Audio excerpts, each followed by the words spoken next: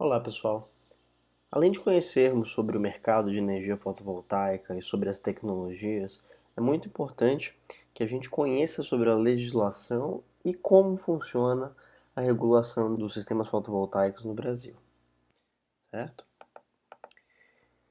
Então, em primeiro lugar, para que a gente possa ter uma introdução, né, de como funciona a regulação dos sistemas fotovoltaicos no Brasil, a gente vai falar um pouco sobre como surgiu no mundo, né, o conceito de injeção de energia na rede. Então esse conceito ele surgiu em alguns países, né, por exemplo Estados Unidos e Alemanha, mas foi na Alemanha que ele se tornou mais conhecido, né? Então o modelo adotado pela Alemanha para realizar a injeção de energia na rede é um modelo chamado de tarifa feed-in, que é um modelo diferente do que nós utilizamos hoje no Brasil, certo? Então, o modelo feed-in, que fez muito sucesso na Alemanha, é um modelo de incentivo, certo? À adoção de práticas e de alternativas sustentáveis no âmbito da energia. Então é uma tarifa patrocinada, né, subsidiada pelo governo, a fim de incentivar que as pessoas, os moradores, os alemães, eles aderissem a soluções energéticas diferenciadas, como por exemplo a solução fotovoltaica, certo? Então o sistema feed-in ele é caracterizado pela injeção direta, certo, da energia gerada na rede, tá? Na rede da concessionária. Então, vocês podem ver aqui, ó, que a energia gerada ela não vai para as cargas da residência. Essa energia gerada ela vai diretamente para a rede da concessionária e a energia que eu preciso consumir da minha casa também é puxada da concessionária. Qual que é a grande diferença da tarifa feed-in? Que a energia que eu jogo, que eu injeto na rede, ela tem um valor maior do que a energia que eu puxo da rede. Ou seja, a tarifa da energia elétrica correspondente à energia injetada na rede, ela é maior, ela é patrocinada pelo governo, né, do que a energia que eu compro da rede. Então, por se tratar de uma tarifa de fomento, né, ou seja, uma tarifa de incentivo à adesão a novas tecnologias, como por exemplo os sistemas fotovoltaicos, essa tarifa ela foi introduzida na Alemanha como um novo meio, né, de incentivar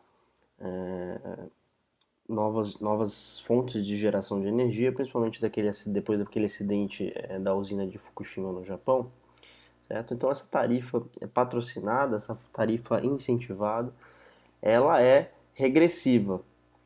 Então são contratos, né, de compra de energia de longo prazo, certo? Com uma tarifa regressiva. Então, por exemplo, uma residência que tivesse um sistema fotovoltaico instalado na Alemanha como esse aqui, certo?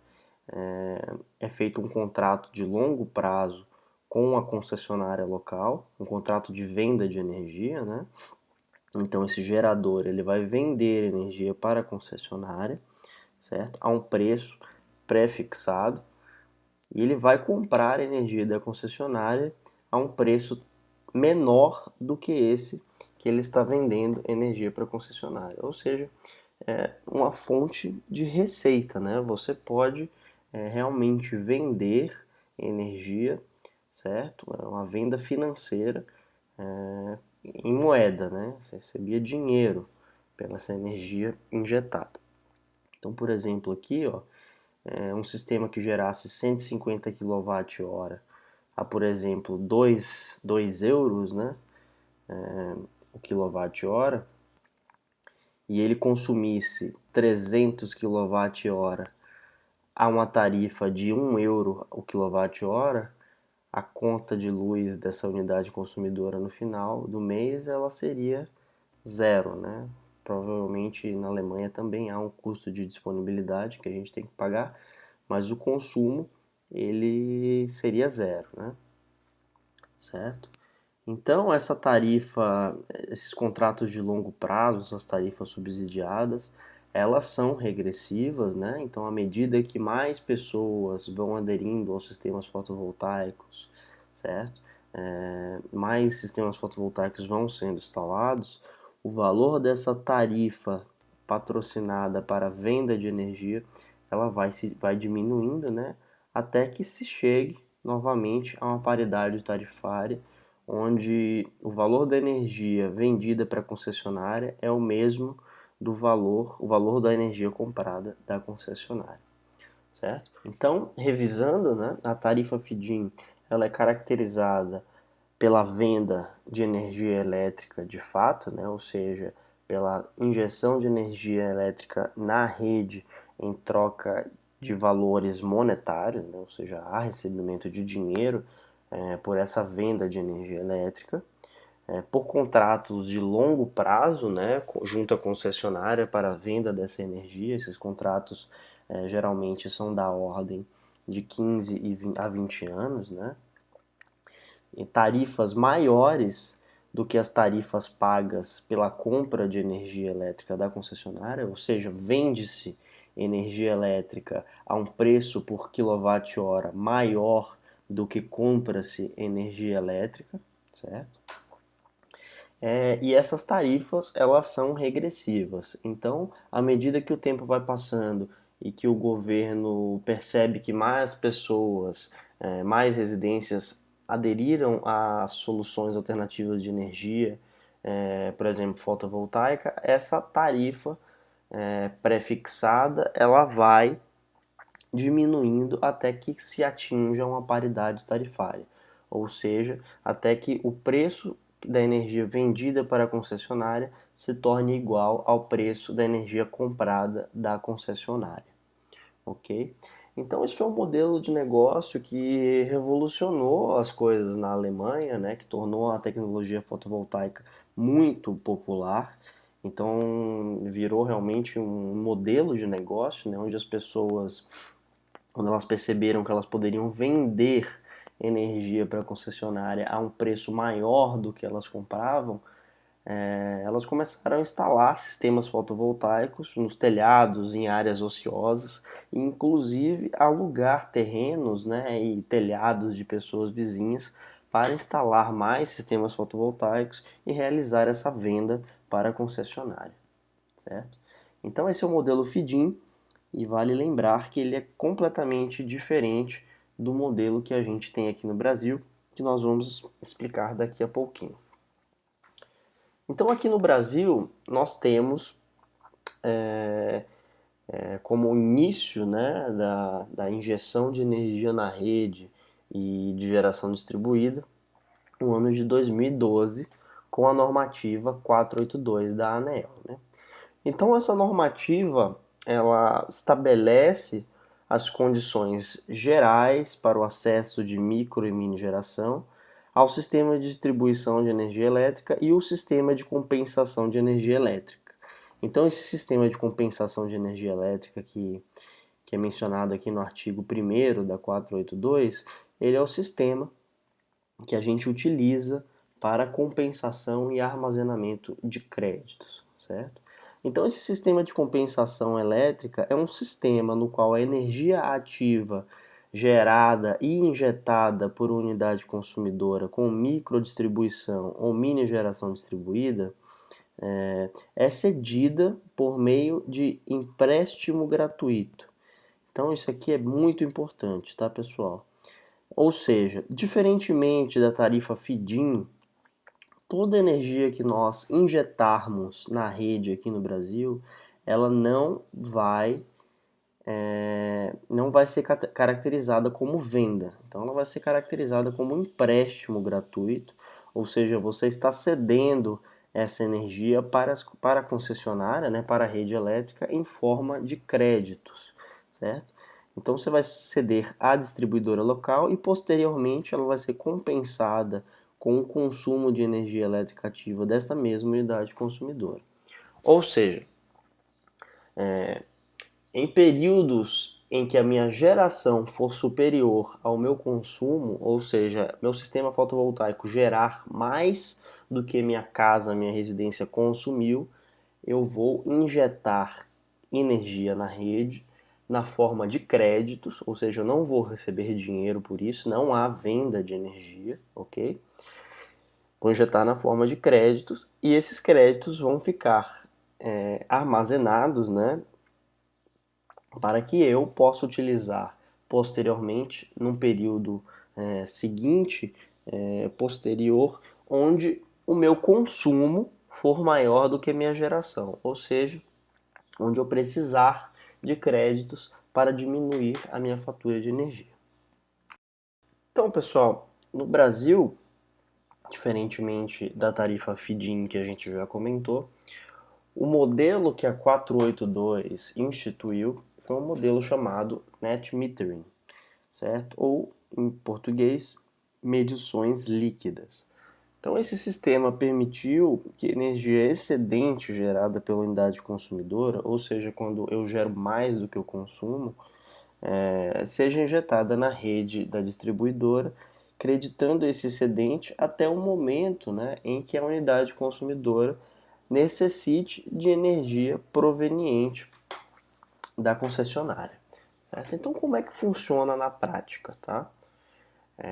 O meu sistema fotovoltaico ele vai produzir energia elétrica, certo? Essa energia elétrica ela vai passar pelo inversor, que vai transformar a energia de corrente contínua gerada pelos meus módulos fotovoltaicos em energia de corrente alternada para ser consumida pela minha residência, né, pelas minhas cargas.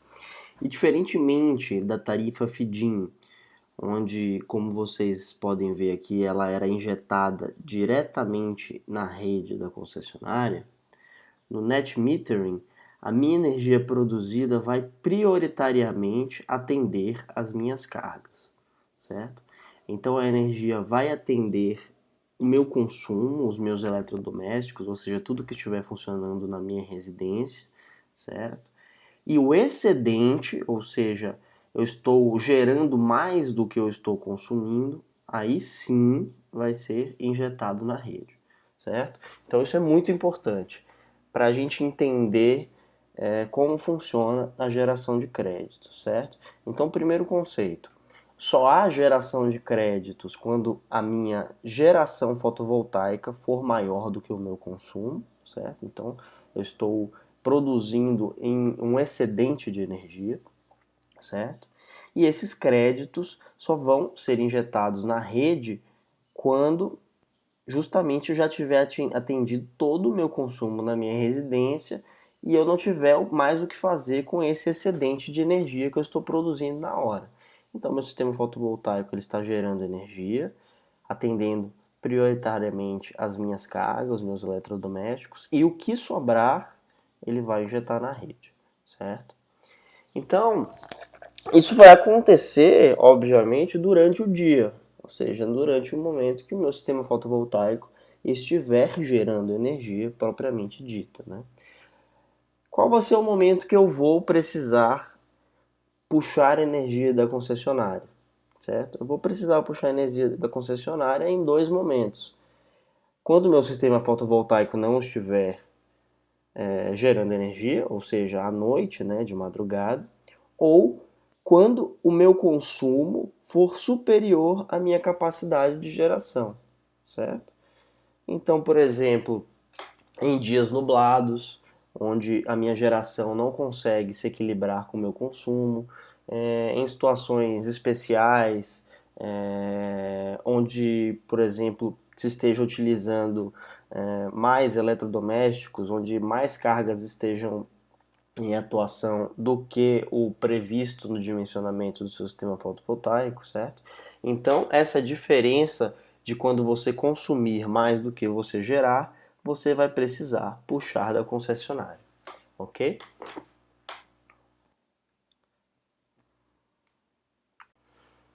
Então a gente pode notar isso nesse exemplo aqui à direita, ok?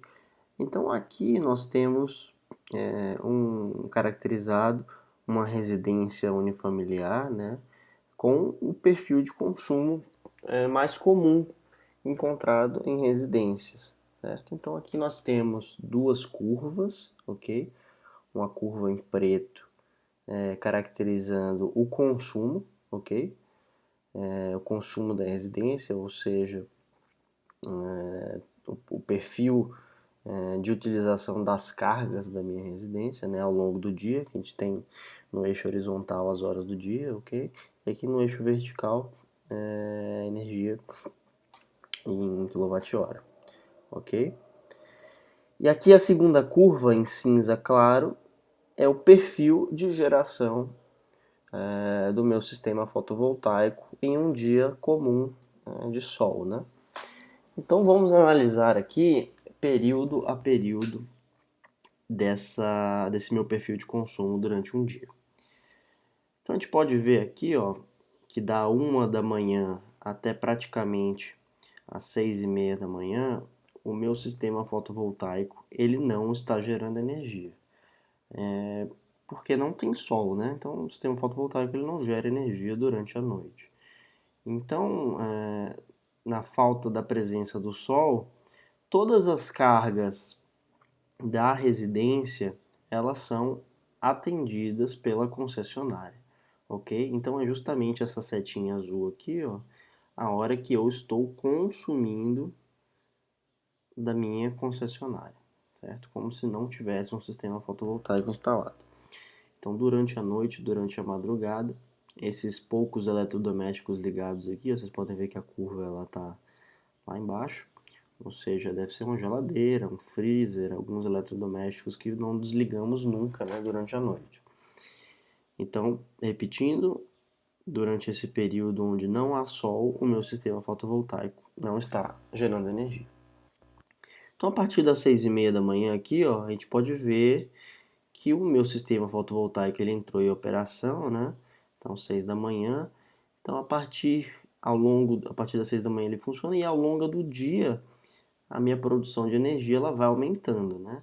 Então vocês podem notar aqui, ó, que no pico de geração de energia do sistema fotovoltaico no Brasil, ele vai ser aqui em volta do meio-dia e 1 hora da tarde, ok? Que é onde a gente tem o nosso pico de sol, né?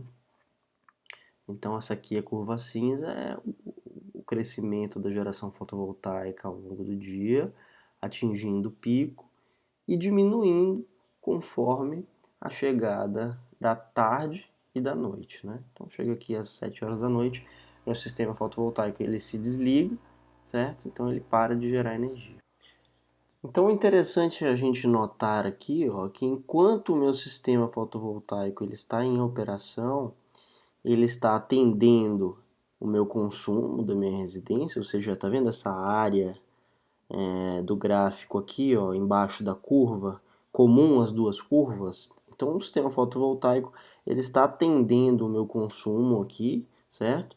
Das 7 horas da manhã até as 7 horas da noite, certo? E ainda está produzindo energia, certo? Para ser injetada na rede. Então, o que está embaixo dessa curva preta da minha curva de consumo é o meu consumo atendido pela minha geração fotovoltaica e o que está em cima é o meu excedente de produção, vocês podem ver aqui, produção excedente, que vai ser injetada na minha rede, certo? Na minha concessionária e transformado em créditos para utilização posterior, ok? Então, vocês podem notar aqui que esse perfil de consumo é um perfil onde o pico de consumo ele não coincide com o meu pico de geração, certo? A gente vai ver alguns exemplos mais para frente, que, por exemplo, um estabelecimento comercial, o pico de consumo dele provavelmente vai coincidir com o meu pico de geração, porque é onde mais vai se estar consumindo energia durante o dia, né? Das 7 horas da manhã até as 7 horas da noite. Então, essas duas curvas vão coincidir, né? Vão estar no mesmo horário de consumo e de geração, e a gente vai ter menos energia injetada na rede na forma de créditos e mais energia consumida direto pelas minhas cargas, ok? Então, meu sistema vai cessando a produção aqui, né? E aqui a partir das 7 horas da noite ele zera, certo? E aqui durante a noite eu estou sendo atendido somente pela concessionária. Então aqui no horário de pico de consumo, né? Então provavelmente quando as famílias retornam para casa do trabalho, né? Vão tomar banho, assistir uma televisão, cozinhar. Então aqui a gente tem um pico de consumo à noite que ele não vai ser atendido pelo meu sistema fotovoltaico que só gera energia durante o dia.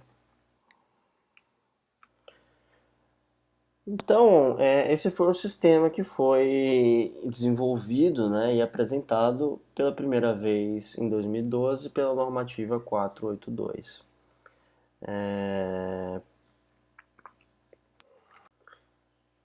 Em 2015, a 482 foi atualizada, certo, com a chegada da normativa 687, que introduziu alguns novos modelos de negócio e revisou alguns pontos da normativa 482. Certo? Então, alguns pontos importantes revisados foram os limites para micro e mini geração distribuída. Certo? Então, a partir de 2015, limitou-se a microgeração distribuída a potências menores ou iguais a 75 kW, certo? E limitou-se a mini geração distribuída a potências menores ou iguais a 3 MB para fontes hídricas e menores ou iguais a 5 MB para fontes renováveis, entre elas a fotovoltaica.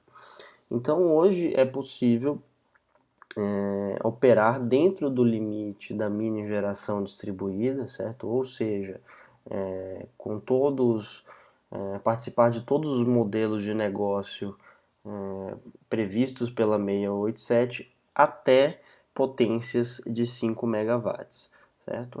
Essas potências foram revisadas na 687 e elas passaram de 1 mega da 482 para 5 mega com a 687.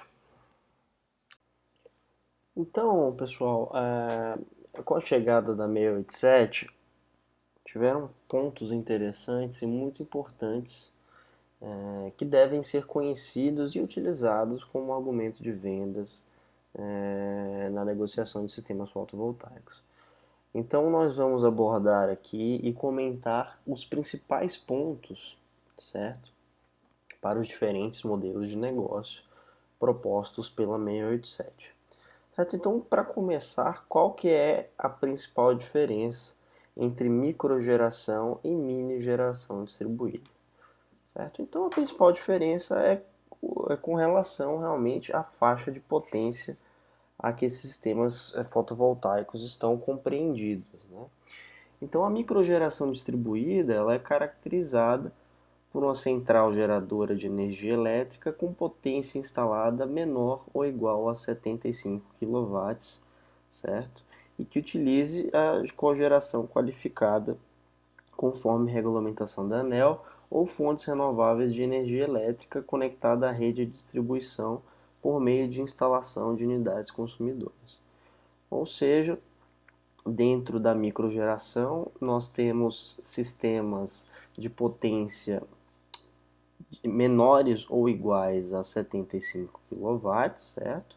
Nós podemos ter energia fotovoltaica ou outros tipos de fontes renováveis e podemos também ter a cogeração, que é a utilização de duas fontes, certo?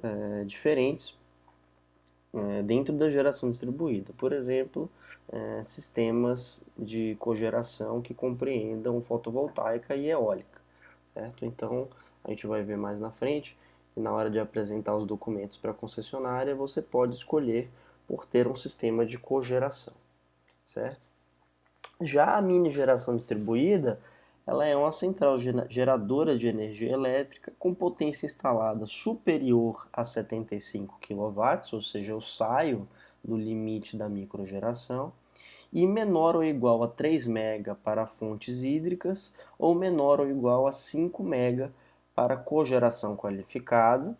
Eu também posso ter cogeração na mini geração, certo? Ou para as demais fontes renováveis, como a fotovoltaica, ok? Então essa é a principal diferença entre micro e mini geração, e ela se diz respeito à potência instalada. Outro ponto importantíssimo no que se diz respeito à potência da micro e mini geração são os limites, né, estabelecidos pela sua própria unidade consumidora, certo? A microgeração ela pode ter sistemas de até 75 kW, mas dependendo da carga da unidade consumidora, pode não ser possível instalar toda essa potência de 75 kW, certo? Então, um dos pontos que a 687 aborda é justamente esse. A potência da micro e mini geração deve ser limitada à carga apenas da unidade consumidora em que se encontra instalada? Então, não, certo? A potência instalada da micro e mini geração fica limitada à potência disponibilizada para a unidade consumidora onde a geração será conectada, certo?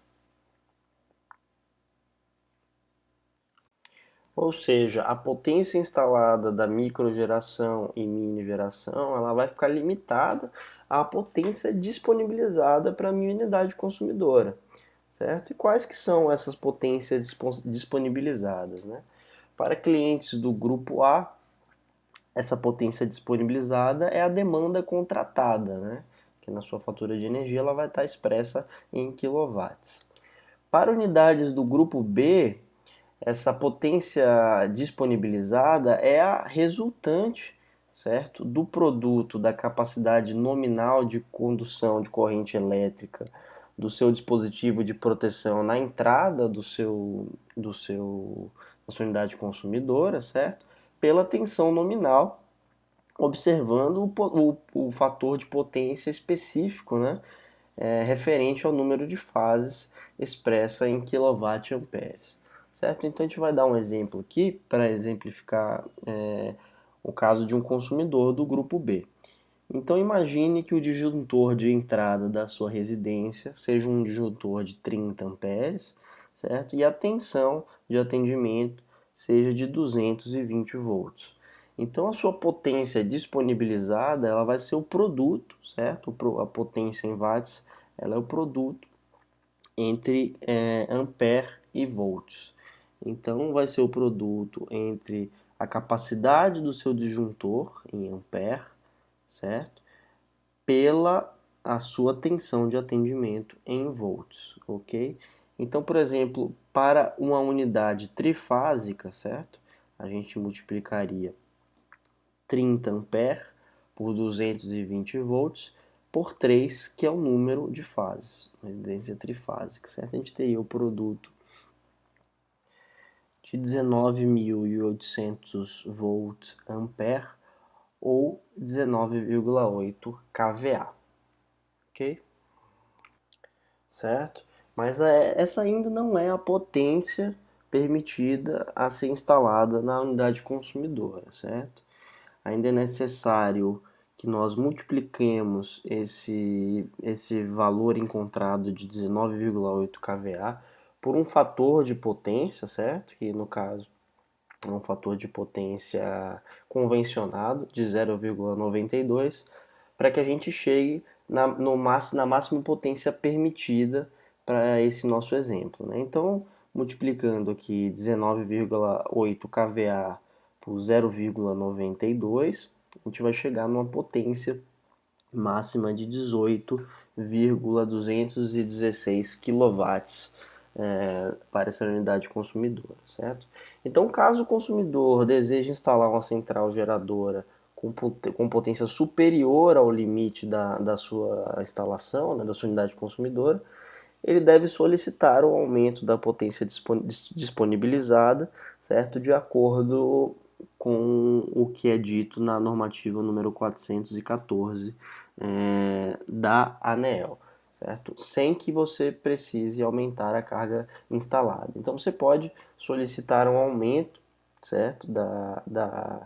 Do seu limite de potência disponibilizada, sem precisar aumentar a carga instalada de fato na sua residência, ok? Certo? Então vamos a mais um ponto, tá?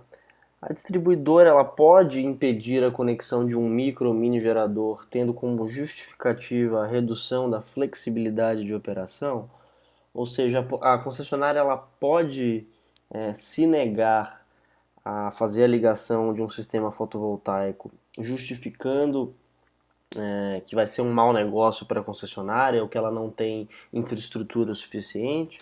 Não, certo? A distribuidora ela não pode alegar redução da operação para impedir a conexão de um gerador, certo? E quando um sistema fotovoltaico já estiver conectado, tá?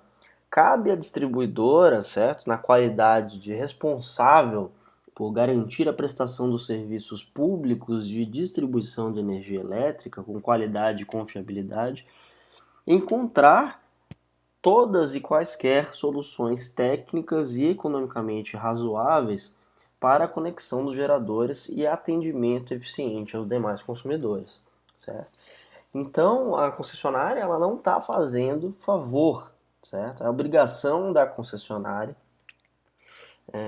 oferecer estrutura acessível, confiável, certo? E de qualidade para a conexão de novos geradores fotovoltaicos. Continuando a falar um pouco sobre as responsabilidades e deveres do consumidor e da concessionária, de quem é a responsabilidade financeira pelas obras no sistema de distribuição para a conexão da micro e mini geração. Certo? Então a micro e mini geração elas são conectadas à rede por meio de uma unidade consumidora. Então o tratamento regulatório, certo, é similar àquele dado às unidades consumidoras convencionais. Então aplica-se o princípio da participação financeira, certo? Mas vale ressaltar que quaisquer custos que hajam de ampliação ou reforço no sistema de distribuição em função exclusiva da conexão de microgeração distribuída, eles devem ser arcados integralmente pela distribuidora, ou seja, pela concessionária acessada, exceto no caso de geração compartilhada, certo? Então, tirando a geração compartilhada, toda e quaisquer reformas ou ampliações no sistema de distribuição da concessionária necessários para a conexão da sua geração distribuída, eles devem ser arcados pela própria concessionária, ok?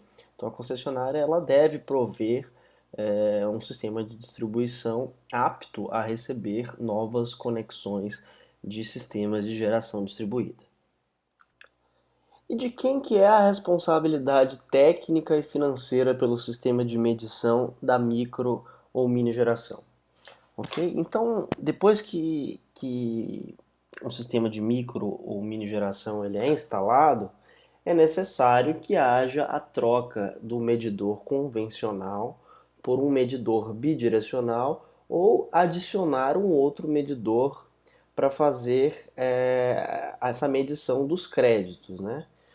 Então, quando a gente instala um sistema fotovoltaico conectado à rede, é necessário que seja feita a troca do medidor por um medidor bidirecional, ou seja, um medidor capaz de ler tanto o que a gente puxa da concessionária quanto o que a gente injeta na concessionária, certo? Também é possível que se instale um outro medidor, tá? E que faça somente a leitura dos créditos injetados. E essa responsabilidade, certo? Esses custos, eles devem ser arcados pela distribuidora, tá? Então a distribuidora, ela é responsável técnica e financeira pelo sistema de medição, ou seja, pelo meu relógio, né, da microgeração distribuída. No entanto, no caso da mini geração distribuída e para a modalidade de geração compartilhada, certo? Mesmo estando na microgeração, o custo de adequação, ou seja, da troca desse medidor, ele é de responsabilidade do consumidor, certo? Do interessado. Esse custo de adequação é a diferença entre o sistema de medição requerido para fazer a compensação de energia é, em geração compartilhada ou mini geração distribuída, tá? E o sistema convencional de medição, certo? Utilizado em unidades consumidoras no mesmo nível de tensão. Então, o custo de adequação que o consumidor vai ter que pagar é a diferença entre o sistema de medição requerido para essas modalidades que eu comentei acima e o sistema de medição convencional, ok? Então a gente viu na parte de mercado que a grande parte do gargalo, ou seja, a grande parte dos problemas encontrados pelas empresas instaladoras são estão na hora de conseguir o parecer de acesso junto à concessionária, né? E esses problemas, grande parte deles são causados por burocracia da concessionária, tá? Mas grande parte deles também são causados por desconhecimento dos documentos necessários na hora de fazer a solicitação do parecer de acesso, certo? Então, quais são os documentos que devem ser entregues à concessionária para que a micro ou mini geração seja conectada à rede? Então, esses documentos, certo? Eles estão discriminados nos formulários presentes no anexo da seção 3.7 do módulo 3 do Prodist, certo? Então, vocês entram no site do Prodist, no módulo 3, vocês vão encontrar esses anexos com os documentos por faixa de potência. Tá? Então, para microgeração, a gente tem até 10 kW, de 10 a 75, e para mini geração. Então, nós temos três formulários, né? Dois para micro e um para mini. Certo? Então, caso a solicitação de acesso não contenha todos os documentos necessários, a distribuidora ela deve recusar o pedido de acesso e notificar o acessante sobre as informações pendentes. Certo? Então, muitas das vezes que a solicitação de acesso ela é negada é justamente pela falta ou por algum problema com esses documentos que são solicitados, certo? Então aqui a gente tem um exemplo, certo, de um formulário de solicitação de acesso para microgeração até 10 kW. Então aqui, ó, nessa primeira parte, a gente tem os dados de identificação da unidade consumidora. Então a gente tem que entrar com o código da unidade consumidora, a classe, nome do titular, endereço, CPF ou CNPJ.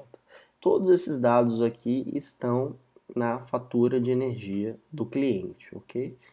O segundo ponto é caracterizar a unidade consumidora, certo?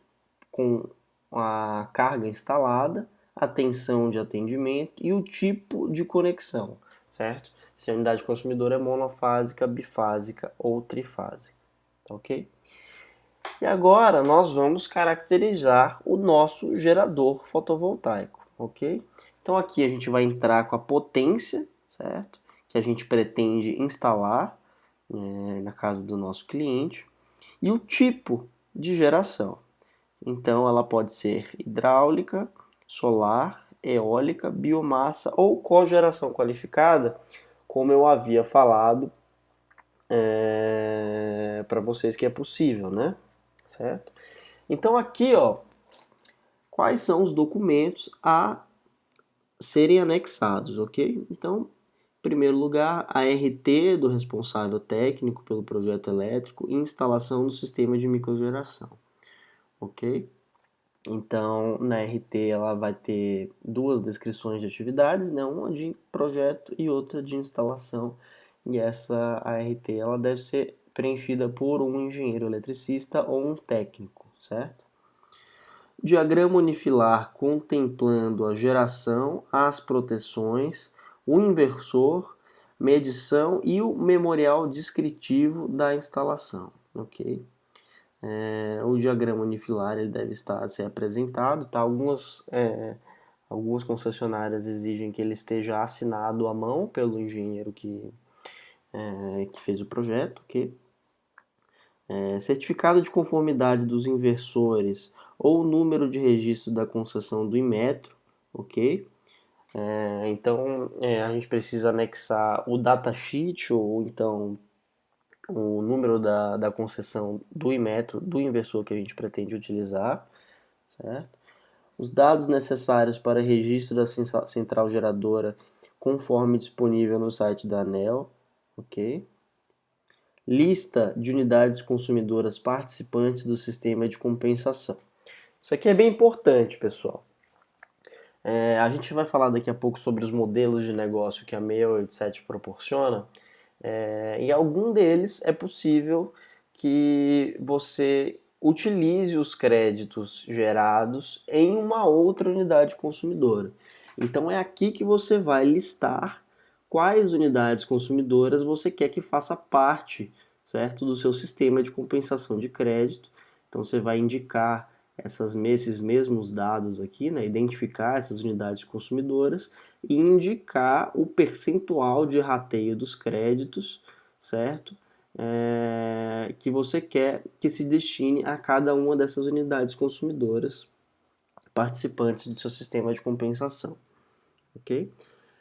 Cópia de instrumento jurídico que comprove o compromisso de solidariedade entre os integrantes, se houver, certo? Então, uma procuração informando que você está entrando, solicitando o parecer de acesso em nome do seu cliente, né, que vai ser o dono da unidade consumidora, e um documento que comprove o reconhecimento pela ANEEL da cogeração qualificada, se houver. Então, caso você faça a opção por utilizar um sistema fotovoltaico aliado a um sistema de geração eólica, é necessário que você anexe esse documento da ANEEL que comprove que você pode fazer esse tipo de cogeração qualificada, ok? Então você vê que são documentos simples, né? Não tem muito segredo, mas mesmo assim ainda é um gargalo muito grande na fase de solicitação do parecer de acesso. Então aqui são as atividades, certo, que devem corresponder, que devem estar descritas na RT de projeto. Então aqui tem o RT de execução e RT de projeto, certo? Então aqui utilização de energia elétrica, instalação de energia solar, ok? Instalação de energia solar. Aqui tem a potência, certo, do sistema a ser instalado. Tá? Nesse caso foi um sistema de 1,56 kW. Tá? Então essas aqui são as atividades que devem estar descritas na RT, que vai ser apresentada, anexada junto ao parecer de acesso, solicitação do parecer de acesso. Esse aqui é o diagrama unifilar desse mesmo sistema de 1,6 kW né? Então aqui a gente tem os módulos fotovoltaicos, eles são representados por esse desenho aqui em azul, ok? A gente tem o polo positivo e o polo negativo, né? A string, ou seja, a nossa série, certo? Um módulo conectado no outro em série. Aqui é a indicação do aterramento das estruturas, ok? Então tudo isso tem que estar descrito no memorial, no meu diagrama unifilar, perdão. Então aqui o meu polo positivo e o meu polo negativo, eles vão entrar aqui nos meus dispositivos de proteção, certo? Então isso aqui é a minha string box, certo? Minha caixa de proteção CC, tá? Da minha caixa de proteção CC, vou para o meu inversor, ok? Meu inversor vai fazer a conversão de corrente contínua em corrente alternada, certo? E aí tenho mais uma caixa de dispositivo de proteção, agora para a corrente alternada, ok? Então aqui a gente tem aqui a representação dos cabos, né? E daqui a gente vai para as cargas, certo? Para alimentar as cargas da minha residência ou para a rede, certo? Então vocês podem ver que o meu sistema fotovoltaico ele está conectado à rede aqui através desse ponto, certo? Então é nesse ponto aqui que acontece a alimentação das minhas cargas ou a injeção de energia na rede, caso eu estiver gerando mais do que consumido pelas minhas cargas. Então sempre tem que ter essa indicação aqui também da plaquinha de cuidado, geração própria de energia, né? Se vocês forem consultar a norma da ANEEL, é necessário que seja instalado no quadro de medidor, no quadro do medidor, essa uma plaquinha semelhante a essa. Então a gente também coloca aqui no nosso diagrama unifilar, ok? Aqui também os dados do inversor, tá? Então aqui é o datasheet do inversor da PHB, ok? No datasheet dele possui o código de concessão do Inmetro, etc. Aqui também é o datasheet dos módulos fotovoltaicos, certo? Então o datasheet é um documento que contém todos os dados técnicos dos módulos fotovoltaicos. Então aqui é a performance dos módulos, né? Ok? As características mecânicas, aqui as dimensões dos módulos, né? Então tudo isso deve ser anexado junto ao parecer de acesso, a solicitação de parecer de acesso para a concessionária.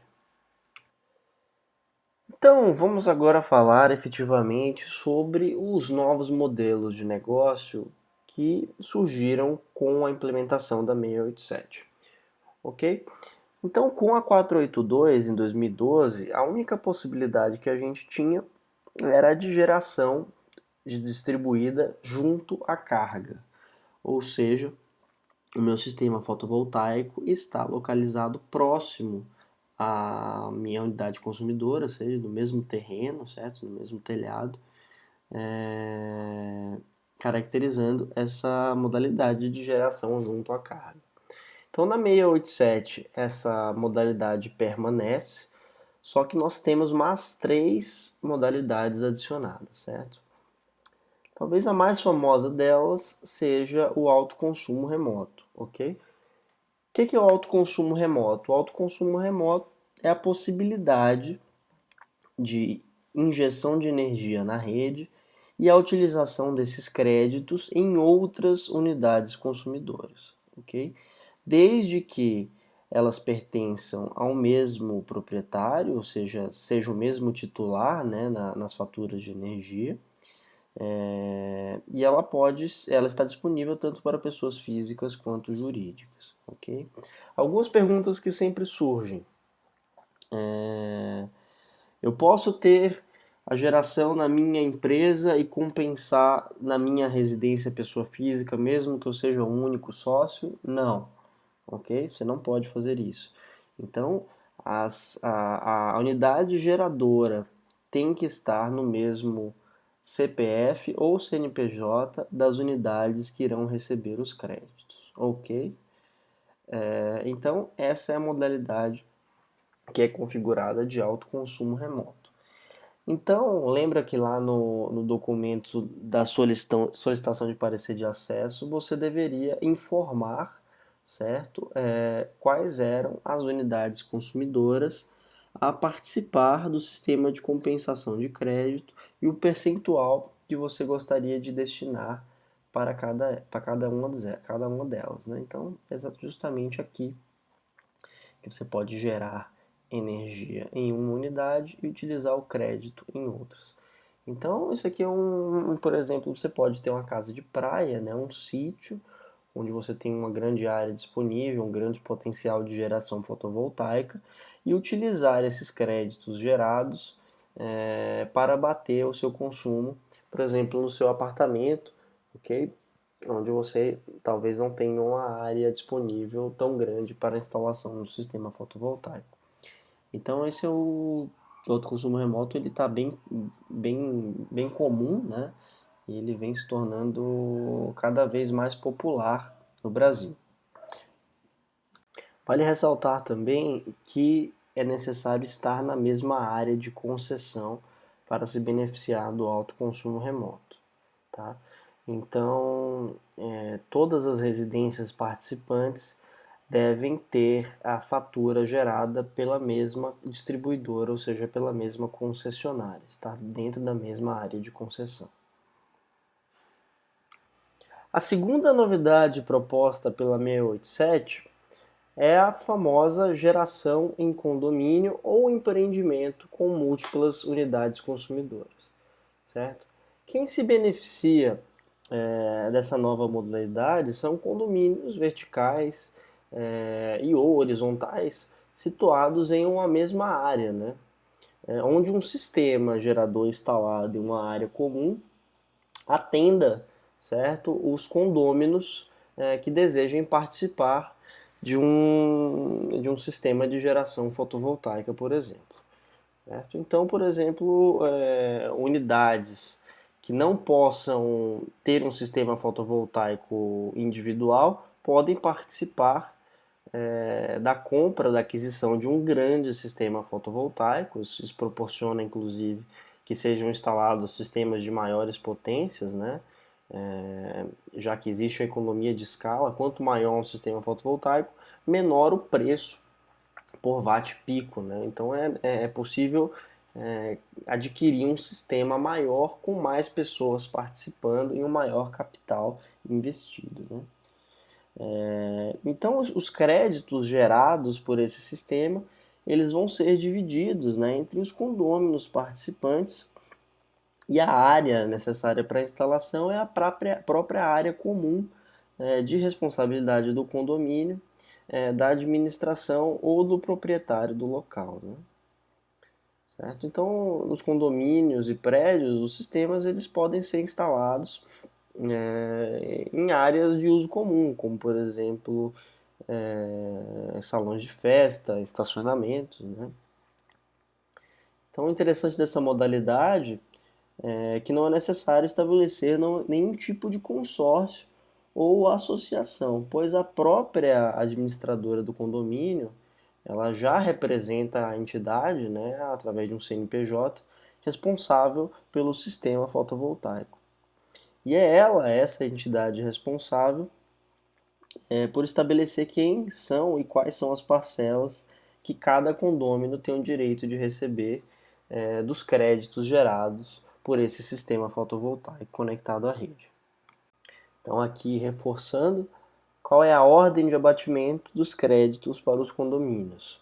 Os créditos gerados pela micro ou mini geração instalada no condomínio, né, o empreendimento de múltiplas unidades consumidoras, podem ser divididos pelos condôminos sem a necessidade de se abater o consumo da área comum, cabendo ao titular da unidade consumidora definir o rateio dos créditos dentre os integrantes do condomínio, né? Eles podem ser residencial, comercial ou até industrial. E a terceira e última novidade implementada pela 687 é a geração compartilhada, tá? Ou consórcio ou cooperativa, certo? Então, consumidores de CPF ou CNPJs distintos, abastecidos pela mesma concessionária, ou seja, dentro da mesma área de concessão, eles podem se associar por meio de cooperativa ou consórcio, onde a unidade micro ou mini geradora fique em um local diferente das unidades consumidoras compensatórias. Então, diferentemente da geração em condomínio, onde o sistema fotovoltaico precisa ser instalado dentro da área comum, né, a geração compartilhada, onde os interessados se associam por consórcio ou cooperativa, o sistema fotovoltaico ele não precisa necessariamente estar junto às unidades que serão beneficiadas pelos créditos. Então, com a 687, tornou-se possível, né, que interessados em montar uma usina fotovoltaica, né, se associem, né, em consórcios ou cooperativas, respeitando as regras individuais de cada modalidade, sendo consórcio ou cooperativa, a fim de construir, né, um projeto, uma usina fotovoltaica, um sistema diferente de onde serão utilizados os créditos, tá? Mas mesmo assim eles precisam estar na mesma área de concessão, ok?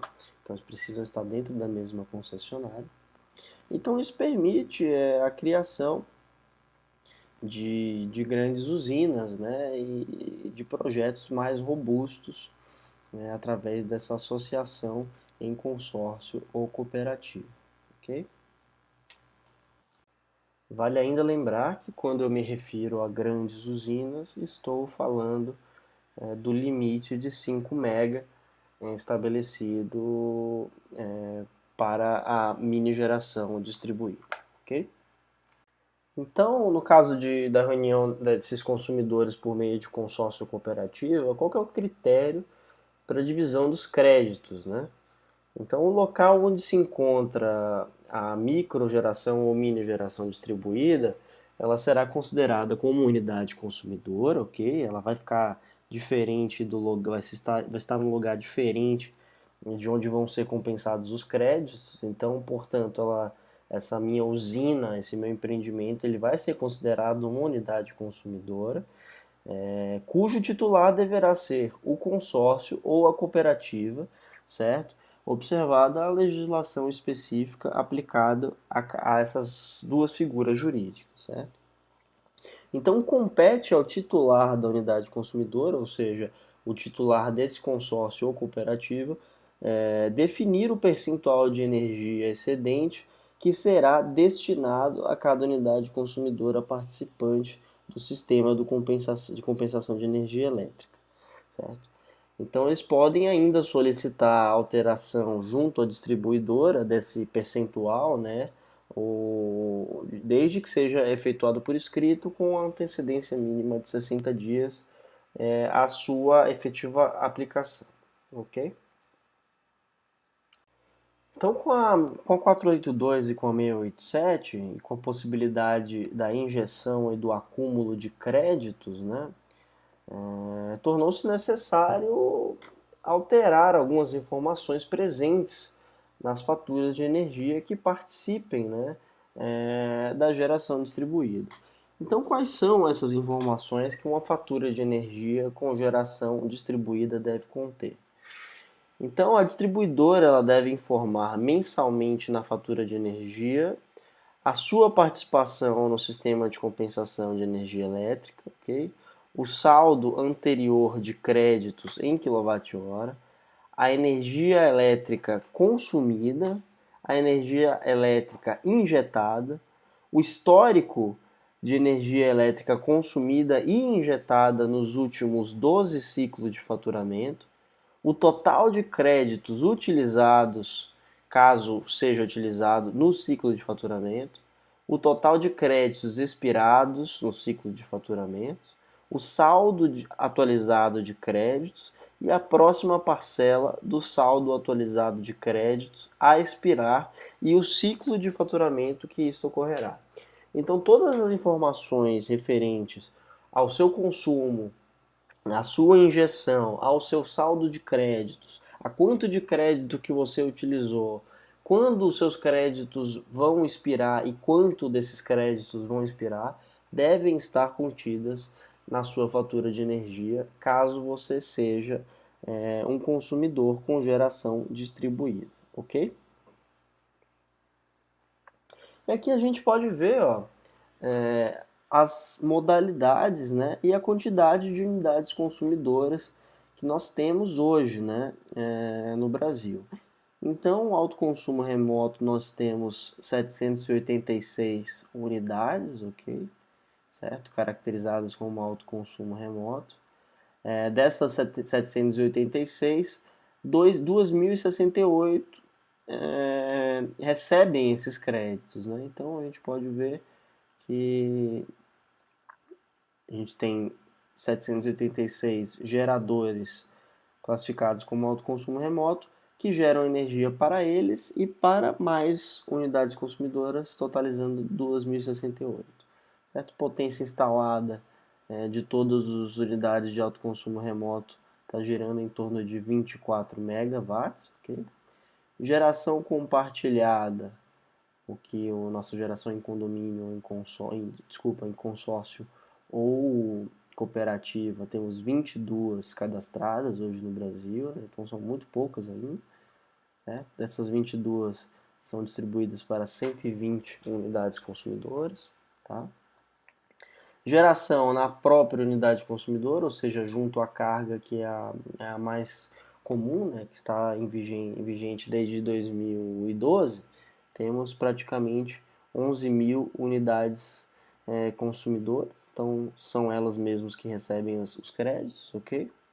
E múltiplas unidades consumidoras, ou seja, geração em condomínio, temos apenas um empreendimento, certo? Distribuindo crédito para 5 unidades consumidoras e a potência instalada é de 5 kW. Então, provavelmente é um sistema de teste, né? Para ver se como a modalidade realmente se comporta.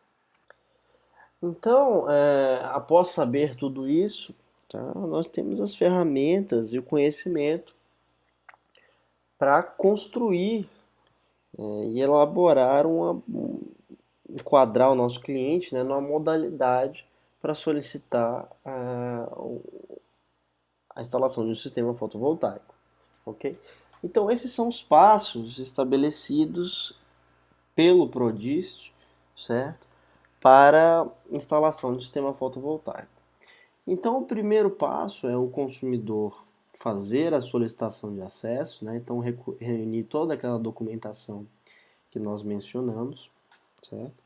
E entrar com esse parecer de acesso com a solicitação de acesso junto à distribuidora. Então a distribuidora ela tem 15 dias para analisar isso e emitir, certo, o parecer de acesso ou não, ou negar, né, caso tenha alguma coisa errada, certo? Então, com a emissão do parecer de acesso, todos os documentos estão ok, o consumidor ele pode efetivamente fazer a compra, né, e a instalação do gerador fotovoltaico, certo? Então, depois de instalado, é muito importante que o cliente ligue, faça os testes, né, confira realmente se está tudo funcionando direitinho e desligue o gerador fotovoltaico, ok? Então, após a instalação, o cliente vai solicitar para a concessionária a vistoria. Então, a concessionária vai enviar uma equipe de campo, certo? Fazer a vistoria técnica, conferir se os equipamentos utilizados estão de acordo com os equipamentos apresentados na solicitação do parecer de acesso, ok? Vão fazer alguns testes, como o de antilhamento, por exemplo, ok? E caso a equipe de campo aprove a vistoria, né, eles têm, na verdade, 7 dias para enviar uma equipe após a solicitação de vistoria e mais 5 dias para entregar o relatório de aprovação ou não, certo? Aí sim, se tiver tudo ok, o cliente ele pode solicitar a aprovação do ponto de conexão. O que é isso? É solicitar a troca do medidor, ok? Então é nesse momento que, se está tudo ok, o cliente vai solicitar a visita da concessionária para aprovação do ponto de conexão e a troca do medidor, ok? Então, resumindo, esses aqui são os passos, né? Solicitação de acesso, emissão do parecer de acesso pela concessionária, instalação do equipamento, solicitação da vistoria, certo? A concessionária vai realizar a vistoria, vai emitir um relatório, ok? Caso haja alguma pendência, o cliente é nessa hora que ele tem que resolver, né, em termos de equipamentos e tal. Mas se estiver tudo ok, o cliente solicita a troca do medidor, né, por um medidor bidirecional. Esse prazo todo ele está homologado pela ANEEL em 34 dias para microgeração e 49 dias para mini geração distribuída. Então, caso a distribuidora não cumpra os prazos estabelecidos pelo Prodist, né, como é que o cliente pode reclamar? Então, daqueles prazos que nós vimos aqui, né, a concessionária, a distribuidora, ela tem alguns prazos a serem cumpridos, né? Por exemplo, 15 dias para emissão do parecer de acesso, 7 dias para fazer a vistoria, mais 5 dias para entrega do relatório da vistoria, e 7 dias para realizar a troca do medidor, né? Então, caso a concessionária não cumpra esses prazos, né, ou seja, demore mais do que o necessário, do que o previsto em norma, o consumidor ele pode reclamar, certo, através da ouvidoria da ANEEL, por meio de telefone, enviar uma correspondência direcionada à superintendência da ANEEL, certo? Ou ainda diretamente pelo site, certo? Nesse endereço aqui. Essa reclamação ela é bem eficaz, ok? A gente já, já tivemos casos de realizar reclamação e dentro de poucos dias a concessionária dá uma resposta e realizar a nossa solicitação, ok? Outra pergunta muito comum é se a distribuidora pode exigir alguma adequação do padrão de entrada, ou seja, lá da entrada da tua unidade consumidora para a instalação do novo medidor, né? Então, para o caso de conexão de uma central geradora em uma unidade consumidora já existente, sem que haja necessidade do aumento daquela potência disponibilizada, como a gente comentou lá atrás, a distribuidora não pode exigir a adequação do padrão de entrada em função da substituição do medidor, certo? Exceto se for constatado descumprimento das normas ou padrões técnicos vigentes à época da ligação. Então, por exemplo, você solicitou a troca do seu medidor, a concessionária foi lá e disse que você não está de acordo com as normas atuais. Só que você não precisa estar de acordo com as normas atuais, você precisa estar de acordo com as normas vigentes na época que você fez a sua conexão à rede, certo? Na época que você fez o seu acesso à rede da concessionária, ok? Então é necessário que o seu padrão de entrada ele esteja de acordo com a norma vigente na época da sua primeira conexão. Então vamos aqui resumir alguns pontos, né, algumas mudanças da 482 para 687 que trouxeram grandes vantagens para o consumidor que deseja aderir à geração distribuída. Então, tivemos ampliação da mini geração de 1 mega antes na 482 para agora 5 mega na 687, certo? Ampliação da duração dos créditos de 3 para 5 anos, ou seja, hoje os créditos que você injeta na rede, eles têm 5 anos de validade, né? Ou seja, você pode consumi-los daqui a 5 anos. A eliminação dos custos de aquisição dos medidores, então na adesão da geração distribuída, todos os custos com os medidores eles são arcados pela concessionária, né? A não ser naqueles casos que a gente comentou lá atrás.